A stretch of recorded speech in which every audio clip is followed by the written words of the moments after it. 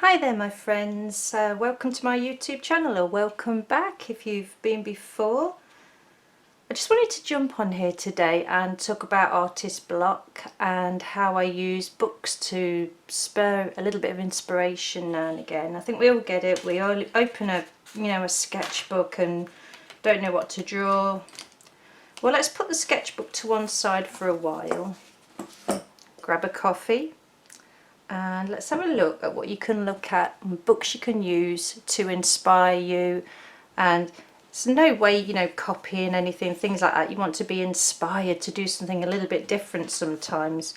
So a perfect place to start is colour. If you're out walking in, the countryside or around an urban area, you might be inspired, but when it's rainy outside, which it is here today, it's just nice to have some books to turn to that might just spark that little bit of inspiration that you need. So the first one I'd turn to would be this Colour Harmony book, and as you can see it's by Leatrice Eisman. I hope I've pronounced that right, and I know a lot of artists use this and it really is a fantastic book. Let's go through just a little bit of the contents. It takes you through sort of history and things of colour harmony, how colours work well together. Just explains a little bit about lightness and contrast, saturation and hues. Goes on to a colour wheel if you haven't got one already. There's one in the book here. You can make your own obviously with the materials you already have. And then it just talks you through so many things to do with colour. But if you don't want to read up about colour and that's not sparking any interest at all, you can go through a little bit further, and then it'll start talking about colours in particular, going through the neutrals and greys, but then it goes on to colour and mood, and this is amazing. So you've just got sort of 3 little colours in a wheel, and they all go well together, they all complement each other, work really nicely. You could just use a mixture of those colours, and just by looking through something like this, it can spark so many ideas. Or you might find a colour wheel that you actually like in here, and it might remind you of an animal or a place you've visited, and by just doing that spark some inspiration to paint something. It's nice if you're unsure about what colours to use in a painting. Maybe it's going to be a painting or a drawing from your imagination. It's great to work with something like this. Pastel tones, it's just endless. Obviously, they've already done the work for you and put it into little option chapters. Nice for nurseries and things like that. And then bold ones, neutral ones, pastel tones, darks and lights, and even some brights. And as I'm working through this and looking through this with a coffee, just sparks that little bit of inspiration.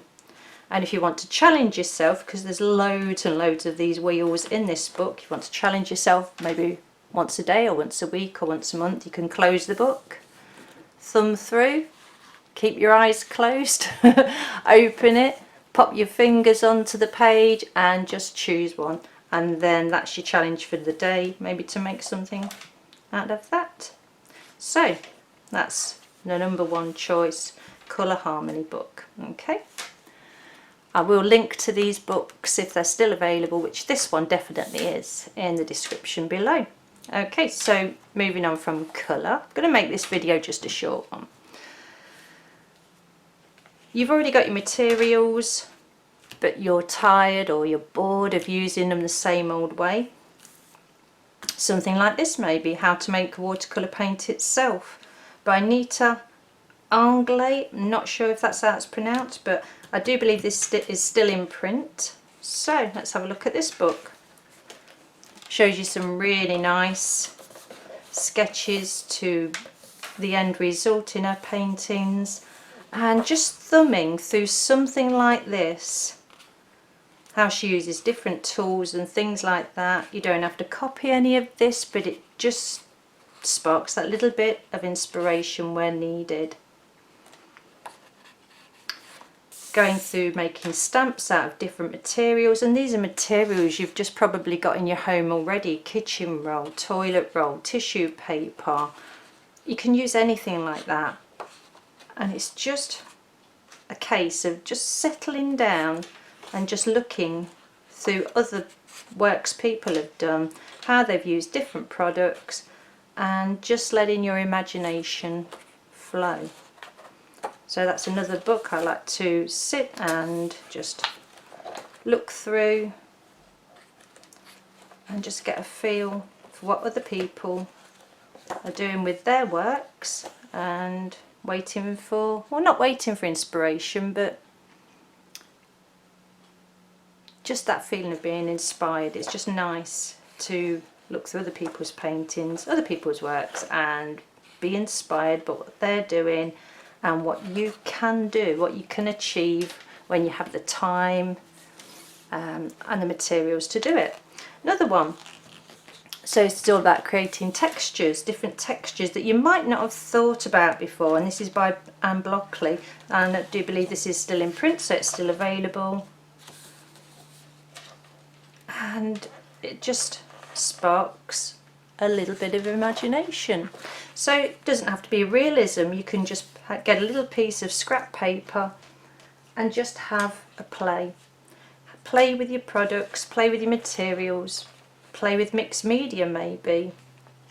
Could go down with, I don't know, coloured pencil first and then watercolour on top, and everywhere your coloured pencil is, the watercolour won't settle into the paper, and it's just working with negative forms. So it just, I just can't express enough. Just get some books, you know, go and support your local library. See what books your local library has in. Maybe, you know, join an art group or an art club and just see what other people are doing and be inspired. Go out for a walk if you can, or just look out your window. I'm looking out the window now, it's raining, but the pattern of the raindrops on the window, that could lead to a painting. Just be inspired, and it's just nice. This has been well thumbed, hasn't it? Look at the corner of that book. Just be inspired, and maybe keep a notepad by the side of you, and as soon as you feel inspired, just jot some little notes down. I mean, that could inspire you to go to your fruit bowl or your salad drawer in your fridge and just get some products out and quickly sketch them. And the thing is, if you do nothing, then inspiration is less likely to strike. You need to be producing something, even if it's a squiggle. And then 9 times out of 10, the more you produce, the more you'll be inspired to produce. I know for myself, I'm constantly thinking about my next painting when I'm working on a current painting. So there's another one, Watercolour Textures. And just because that's watercolour, you could use those techniques and be inspired to use acrylics or anything like that, or watercolour pencils even.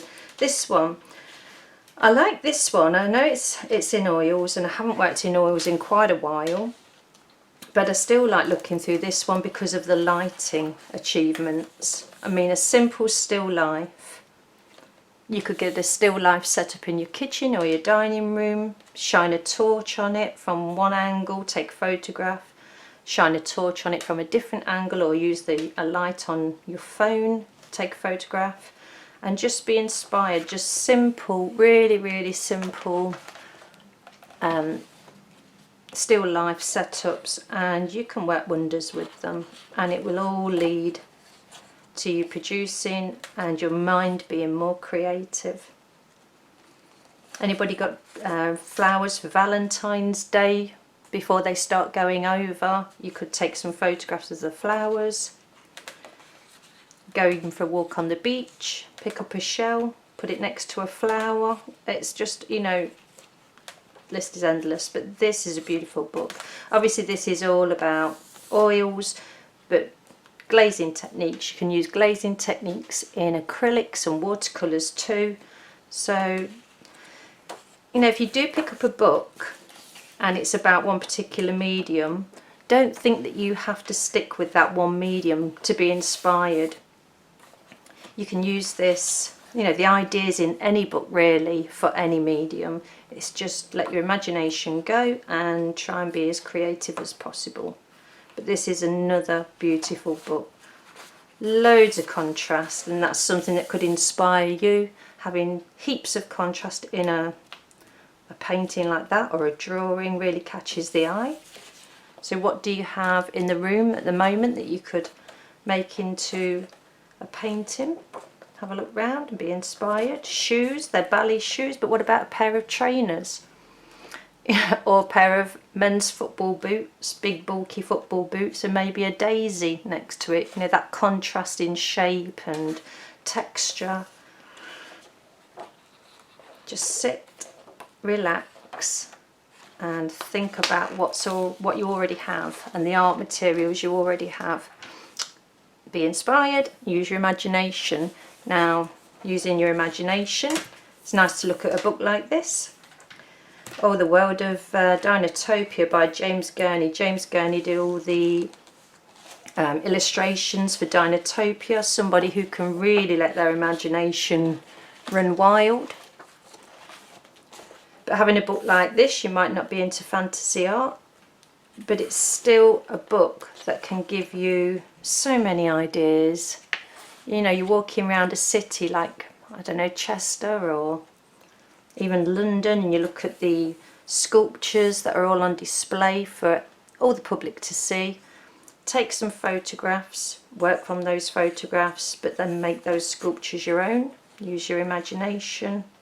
Go to a local museum, photograph skeletons or dinosaur replicas and things like that.